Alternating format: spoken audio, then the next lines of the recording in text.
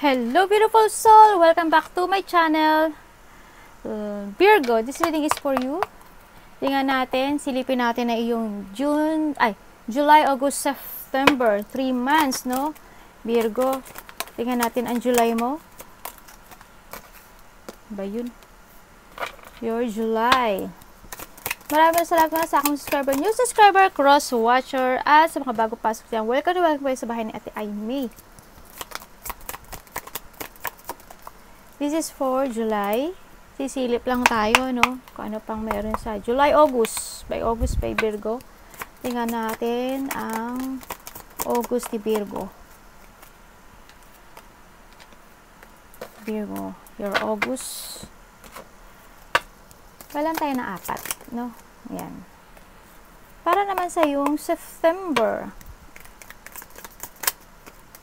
Virgo in September. Naku po. Ang lapit nyo talaga sa ano. Ang lapit-lapit nyo talaga. September.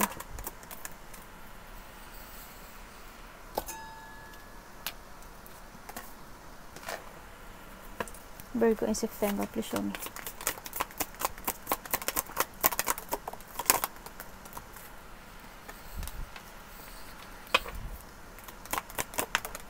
Thank you. Okay, this July, the nest. Okay, this is a time, no? Emotional secure, loving family and important to you. Yan, talagang you want to secure when it comes sa family talaga, relationship. Yan, mahal sa buhay. You want to secure talaga yung kanilang kinalalagyan, na safe sila, stable sila. Yan, yan din yung pag-care, no? This July, talaga, you care and love. So, nakita ko dito. Yes, maybe you are dealing or relationship with a man. No, yan. Or maaring anak mo to, asawa mo, or baka may makikilala ka. Maaring ganyan, no? And the king. Pay attention to your health. Okay? May mga ano talaga, may mga nararamdaman, maaring ikaw, or maaring itong kadiling mo, maaring kasakit, or a part of the family. Yan. Baka magkasakit or ikaw, alagaan niyo mo yung health mo.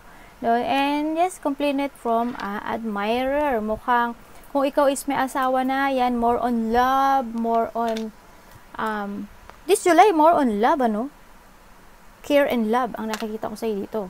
Yan, maaring may darating na new person, or kung may asawa ka, more love to each other, yan na nakikita ko dito, no? Tingnan natin sa iyong mamaya na to.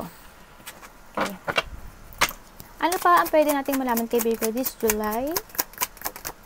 July. Nako, Leo. Ay, Virgo. Virgo.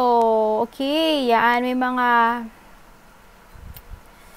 mukhang ikaw is dadaan this July. Ingat ka lang din. Mukhang may mga problema ako nakakita. Maari hindi ka mapagkakatulog. Or there is a person sa life mo na mag-aalala, or ikaw mag-aalala ka when it comes to your nest or sa family mo, sa mga mahalaga sa buhay mo. Sa nakita ko dito, hindi ka makapagtutulog, yan, alala, nightmare, baka magka-insomnia ka. Yan, ingat-ingat lang, baka may mga iisipin kang bagay-bagay, no? Mag-ingat ka when it comes to your blessing. Yes, maaring ikaw is ma-scam, maaring ikaw is mawala yung mga ipon mo, or hindi naman lahat din sa nakita ko, pero maaring ikaw is manakawan. Maaring yung blessing na papupunta sa'yo is mawalang bigla. You need to be careful when it comes to a money, when it comes to a transaction, when it comes sa lahat ng bagay. Kasi mukhang sa tingin ko is magkakaroon ng pandaraya, panlilinglang, pagnanakaw, losing something valuable. Yun na nakikita ko dito. Yan, ingat-ingat ka lang, no? Maari din sa iba na this July is yung mga blessing na natatanggap nyo o makakamit nyo is i-share nyo sa ibang tao. Malaki man o maliit yung blessing na yon, nakikita ko na mag-share kayo, no? Or may tutulungan kayo. Yan, nakita ko. Maari magbigay ka na sa mga charity, ganyan. Yan, meron din mga agreement talaga ako nakikita sa inyo. Yan, ingat-ingat lang din when it comes to agreement, pakikipagtalo, pakikipag-dealing, collaboration. As in, partnership, ingat-ingat tayo with it comes sa mga communication, no? Sa mga plano natin. Yan ang pag-iingatan nyo palagi. Palagi nyong iisipin kung ano yung katotohanan. You need to see the fact talaga. Pag magdidesisyon ka, you need to use your head. Maging matalino, mapagmantsa, as in, double kayo na mag-ingat, okay? Virgo.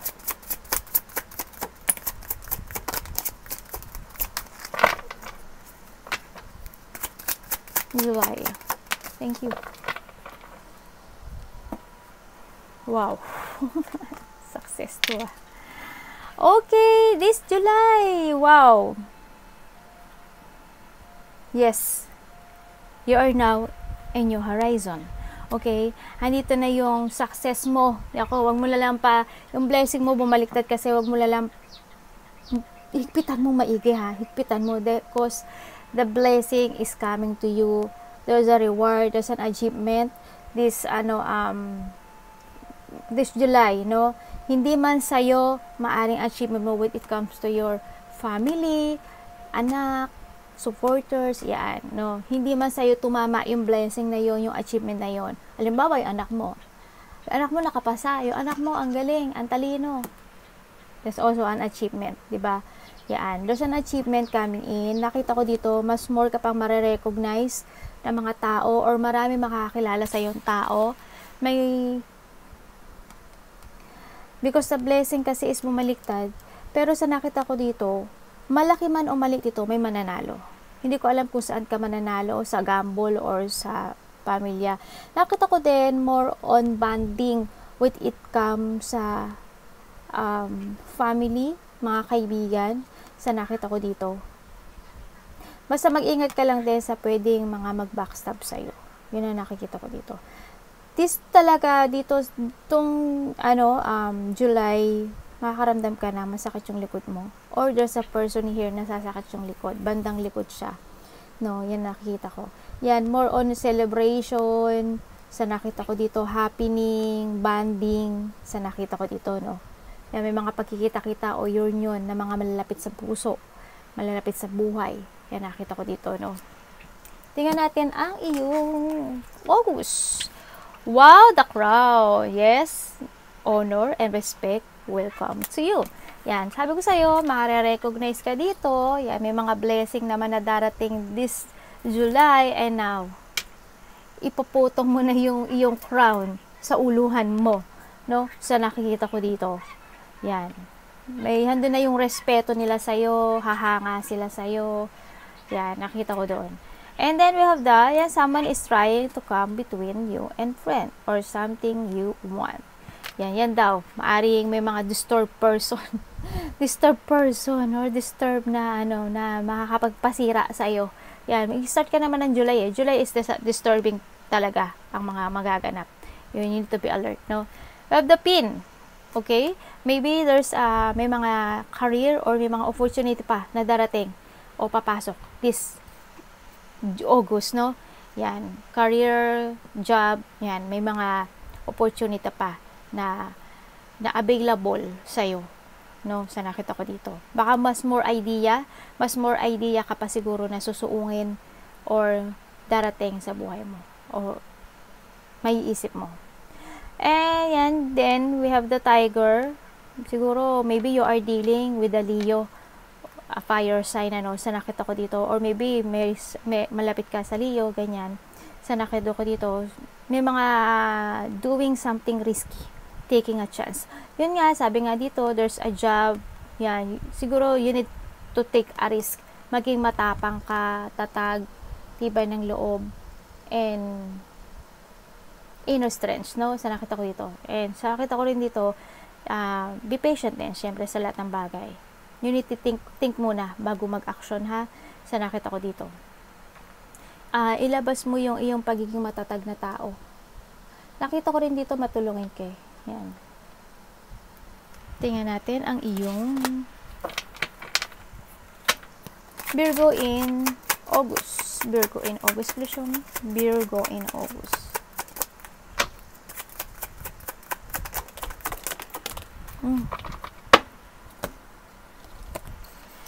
Ito na po. Ito na po.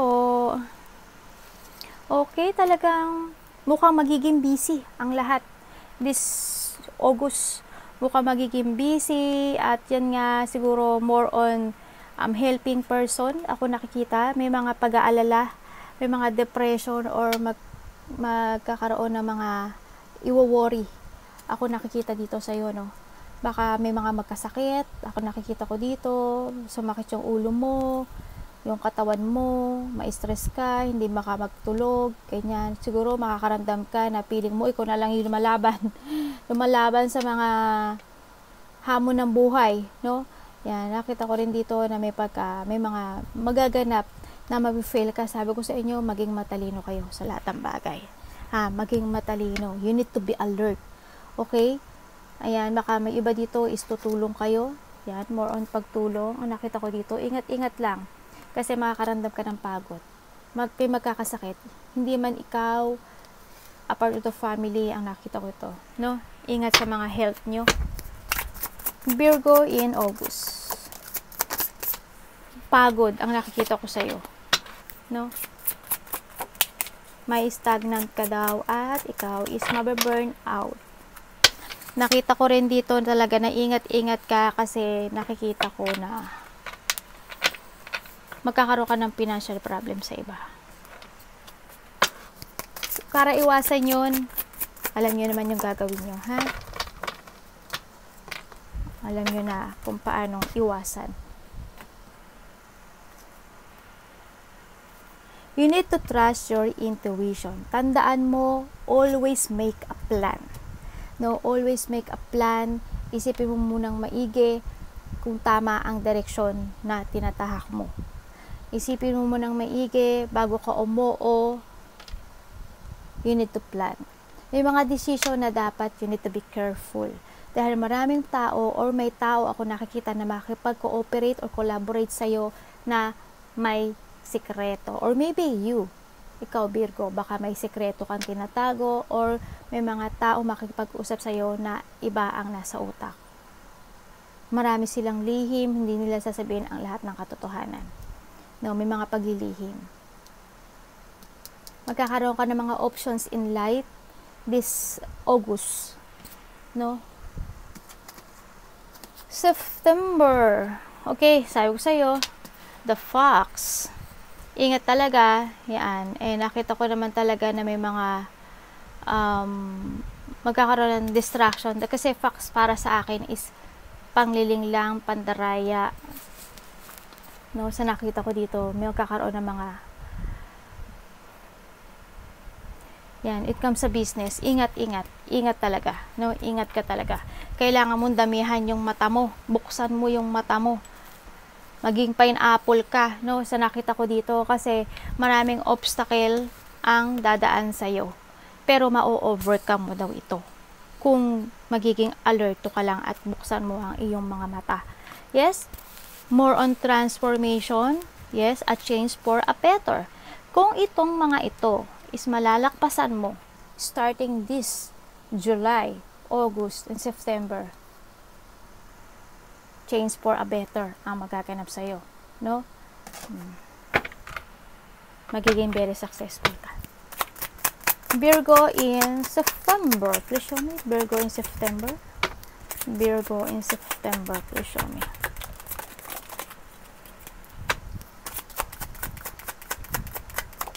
Thank you. Okay. Yan, may mga tao. Okay. Very good. Okay. It's good. Good yung nakita ko dito. Yes. Magkakaroon na ng mga kaliwanagan. Magkakaroon ng mga kaliwanagan. Mas maiintindihan mo more yung mga nangyayari sa buhay mo. Yan. Kumbaga yung mga conflict, mga pinagdadaanan, mga argument, matatapos na yon. Magkakaroon na ng peace. Magkakaroon na ng, kumbaga, matatapos na yung mga, marirelease mo na yung mga stress mo sa nakita ko dito, no? Yung mga problema mo magtatapos na. Congrats. Kailangan mo lang talagang pagdaanan to, ha? Kung hindi, hanggang dito, hanggang September, stress ka. Pero titingnan pa rin natin yan sa mga darating na buwan, no? Yan, nakikita ko rin talaga dito, more on kind, pagtulong. Kasi you have a, purity heart, purity spirit, Virgo, kaya more on nakikita ko dito, marami kang tutulungan or may mga tutulungan kang tao. Handoon talaga yung pagiging generosity mong tao sa nakikita ko sa'yo dito. Baka hindi lang sa family mo, sa anak mo, baka sa ibang tao, tumulong ka pa rin. At maaaring may hihingi sa'yo ng tulong sa nakita ko sa iba dito. Magkakaroon ng peaceful, magkakaroon na ng as in, maganda yung basta dapat pagdaanan mo to, ha? Nako po, huwag kang papaloko. Virgo in September, because the victory and success is na hawak mo. Okay, Virgo in September. Silip-silip lang tayo. Ano pa yun? Nakatay tayo dyan. Wow, ganda. Virgo in September. Okay.